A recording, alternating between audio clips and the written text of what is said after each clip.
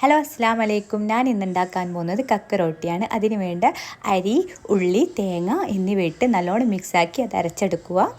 പിന്നെ ബീഫ് കറിയാക്കാൻ വേണ്ടി സവാള, തക്കാളി, ഇഞ്ചി, വെളുത്തുള്ളി, കറിവേപ്പില എന്നിവ എടുത്ത് കുക്കർ ചൂടാക്കാൻ വെച്ച് അതിലേക്ക് വെളിച്ചെണ്ണ ഒഴിച്ച് ഈ സവാള ഇട്ട് നല്ലവണ്ണം വഴറ്റുക. നല്ലവണ്ണം വഴറ്റിയെടുക്കണം. നല്ലോണം വഴറ്റിയെടുക്കാൻ വേണ്ടി കുറച്ച് ഉപ്പും ചേർക്കുക. ഉപ്പ് ചേർത്ത് ഒന്നും കൂടി നല്ലവണ്ണം വഴറ്റിയെടുത്ത് അതിന് ശേഷം തക്കാളി, പച്ചമുളക്, ഇഞ്ചി, വെളുത്തുള്ളി ഇട്ട് ഒന്നും കൂടി നല്ലവണ്ണം കറിവേപ്പിലയൊക്കെ ഇട്ട് നല്ലവണ്ണം വഴറ്റിയെടുക്കുക. നല്ലവണ്ണം വഴറ്റിയെടുത്തതിന് ശേഷം അതിലേക്ക് ആവശ്യമായ പൊടികൾ ചേർക്കുക. ആദ്യം ചേർക്കേണ്ടത് മല്ലിപ്പൊടിയാണ്. അത് 2-3 ടീസ്പൂൺ മല്ലിപ്പൊടി, 2 ടീസ്പൂൺ മുളക് പൊടി, ചെറിയൊരു ടീസ്പൂൺ മഞ്ഞൾപ്പൊടി, പിന്നെ ഒരു അര ടീസ്പൂണോളം ഗരം മസാലപ്പൊടിയും പിന്നെ ബീഫ് മസാലപ്പൊടിയാണ് ഞാൻ ഇതിലേക്ക് ചേർത്തത്. പിന്നെ അതിലേക്ക് നല്ലവണ്ണം കഴുകി വെച്ച ബീഫ് നല്ലോണം അതൊന്ന് മിക്സാക്കുക. ഈ പൊടികളെല്ലാം ഒന്ന് എന്താ പറയണ്ട ഇത് പോകുന്നവരെ നല്ലോണം മിക്സാക്കി അതിലേക്ക് ബീഫും കൂടി നല്ലവണ്ണം മിക്സാക്കുക. ബീഫിലേക്ക് ഈ പൊടികളെല്ലാം ഒന്ന് പിടിക്കാൻ വേണ്ടിയിട്ടാണ്. നല്ലവണ്ണം മിക്സാക്കി അതിലേക്ക് അതിനാവശ്യമായ വെള്ളം ഒഴിക്കണം. ആവശ്യമായ വെള്ളം ഒഴിച്ച് കുക്കർ മൂടി ഒരു 8 വിസിലോളമാണ് ഞാൻ ഇത് അടുപ്പിച്ചത്. ഒരു 8 വിസിലോളം അടിക്കാൻ വെക്കുക. പിന്നെ ഇതിന് ആവശ്യമായ തേങ്ങ അരച്ചെടുക്കണം. അതിന് വേണ്ടി പിന്നെ വിസിലടിഞ്ഞുകൊണ്ട് അതിന് തേങ്ങ, ജീരകം, മഞ്ഞൾപ്പൊടി ഇവ ഇട്ട് നല്ലവണ്ണം തേങ്ങ അരച്ചെടുക്കണം. പിന്നെ അതിന് ശേഷം അരച്ച അരി കുഞ്ഞിങ്ങനെ ചെറുങ്ങനെ നമ്മളിത് ഉരുട്ടി കയ്യിൽ കുറച്ച് ഓയിൽ ഇട്ട് ഉരുട്ടി ഒരു ആവിച്ചെമ്പിൽ സ്റ്റീം ചെയ്യാൻ വേണ്ടിയിട്ട് ഇങ്ങനെ എല്ലാ അരികളും ഇങ്ങനെ ഉരുട്ടി വെക്കുക. എന്നിട്ട് അത് ആവിച്ചെമ്പിൽ വേവിക്കുക.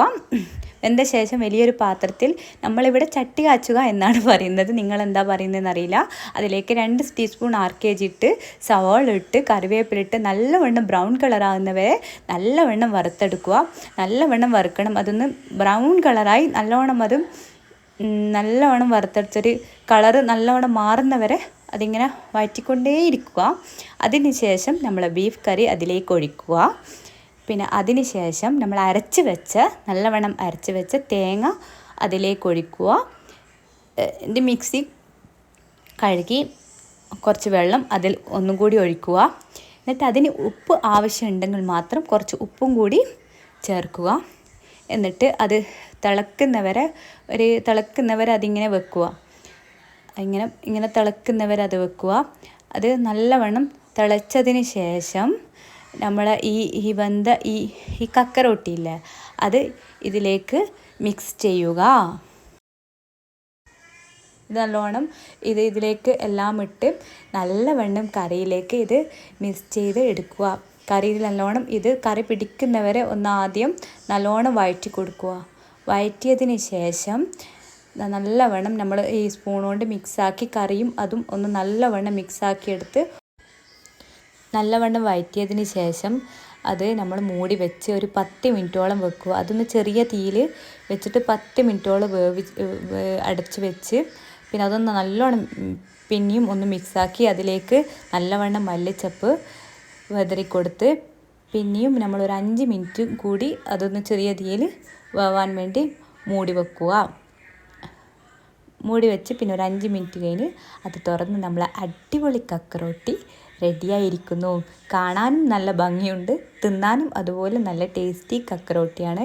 നമ്മുടെ തലശ്ശേരിയിൽ ഇതിൽ കക്ക റൊട്ടി എന്ന് പറയും, ബാക്കി എല്ലാ സ്ഥലത്തും എന്താ പറയുന്നതെന്ന് അറിയില്ല.